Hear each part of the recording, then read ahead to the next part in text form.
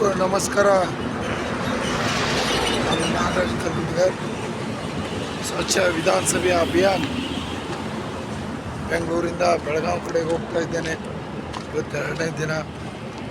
ಅಂದರೆ ಇದು ನಗರ ಪಟ್ಟಣದಲ್ಲಿ ಮಾಧ್ಯಮ ಯಾತ್ರೆ ಮುಖಾಂತರ ಮಾಡ್ತಾ ಸಾಯಂಕಾಲವರೆಗೂ ನಡೆದು ಮತ್ತು ಮುಂದಿನ ಊರಲ್ಲಿ ಉಳ್ಕೊಂಡು ಮತ್ತೆ ಕಂಟಿನ್ಯೂ ಮಾಡಿ 17ನೇ ತಾರೀಕು ನಾನು ಬೆಳಗಾವಿ ತಲುಪಬೇಕು.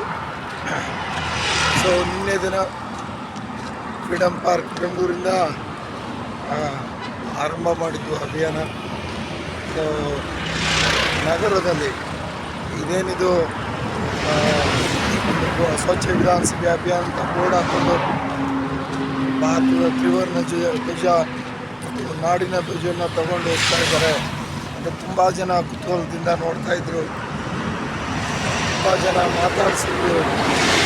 ಒಳ್ಳೆಯ ವಿಚಾರ ಇಟ್ಕೊಂಡು ಮಾಡ್ತಾಯಿದ್ದೀರಿ. ಇದು ಸ್ವಚ್ಛ ಆಗಬೇಕು ವಿಧಾನಸೌಧ ಅನ್ನೋ ಬಗ್ಗೆ ತುಂಬ ಜನರಿಗೆ ಒಲವಿತ್ತು. ಅದ್ರ ಜೊತೆಗೆ ಇನ್ನೂ ಕೆಲವು ಜನ ಇದು ಸಾಧ್ಯನಾ ಅಂತ ಹೇಳ್ಬಿಟ್ಟು ಪ್ರಶ್ನೆ ಮಾಡ್ತಾಯಿದ್ರು. ಯಾಕೆ ಸಾಧ್ಯ ಇಲ್ಲ? ಜನರು ಮನಸ್ಸು ಮಾಡಿದ್ರೆ ಒಂದು ಬದಲಾವಣೆ ತರತಕ್ಕಂಥ ಶಕ್ತಿ ಈ ಜನಶಕ್ತಿಗಿದೆ. ಸೊ ಆ ನಿಟ್ಟಿನಲ್ಲಿ ಎಲ್ಲರೂ ಚಿಂತನೆ ಪ್ರಾರಂಭ ಮಾಡಬೇಕು. ಆ ಒಂದು ಉದ್ದೇಶಕ್ಕೆ ಒಂದು ಅಭಿಯಾನ ಮಾಡ್ತಾಯಿದ್ವಿ. ನಮಗೂ ಚೆನ್ನಾಗಿ ಗೊತ್ತಿದೆ, ಸುದೀರ್ಘವಾದ ಪಾದಯಾತ್ರೆ ಮಾಡ್ತಾ ಇರೋದ್ರಿಂದ ಜೊತೆಗೆ ಯಾರೂ ಬರಲ್ಲ.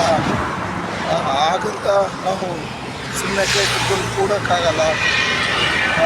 ಜನರ ಮುಂದೆ ವಿಚಾರ ತಗೊಂಡು ಹೋಗುವ, ಜನರನ್ನು ಚಿಂತನೆಗೆ ಹಚ್ಚುವ ಒಂದು ಬದಲಾವಣೆಗೆ ಜನ ಮನಸ್ಸು ಮಾಡಿದ್ರೆ ಖಂಡಿತ ಆದಷ್ಟು ಬೇಗ ಒಂದು ಬದಲಾವಣೆ ರಾಜಕೀಯವಾಗಿ, ಸಾಮಾಜಿಕವಾಗಿ, ಆರ್ಥಿಕವಾಗಿ ತರಲಿಕ್ಕೆ ಸಾಧ್ಯ ಇದೆ.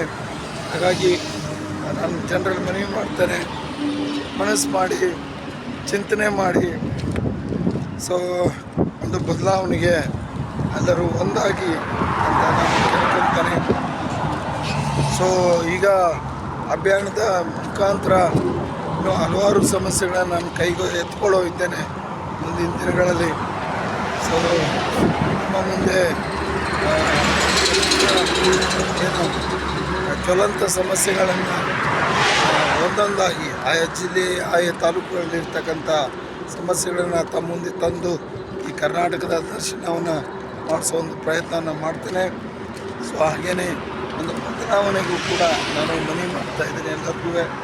ಸೊ ಮುಂದಿನ ದಿನಗಳಲ್ಲಿ ಎಲ್ಲರೂ ಈ ಒಂದು ಬದಲಾವಣೆಗೆ ಬೆಂಬಲಿಸಿ ಮತ್ತು ಈ ಒಂದು ಅಭಿಯಾನವನ್ನು ಯಶಸ್ವಿಗೊಳಿಸಬೇಕಂತ ಮನವಿ ಮಾಡ್ತೇನೆ. ನಮಸ್ಕಾರ.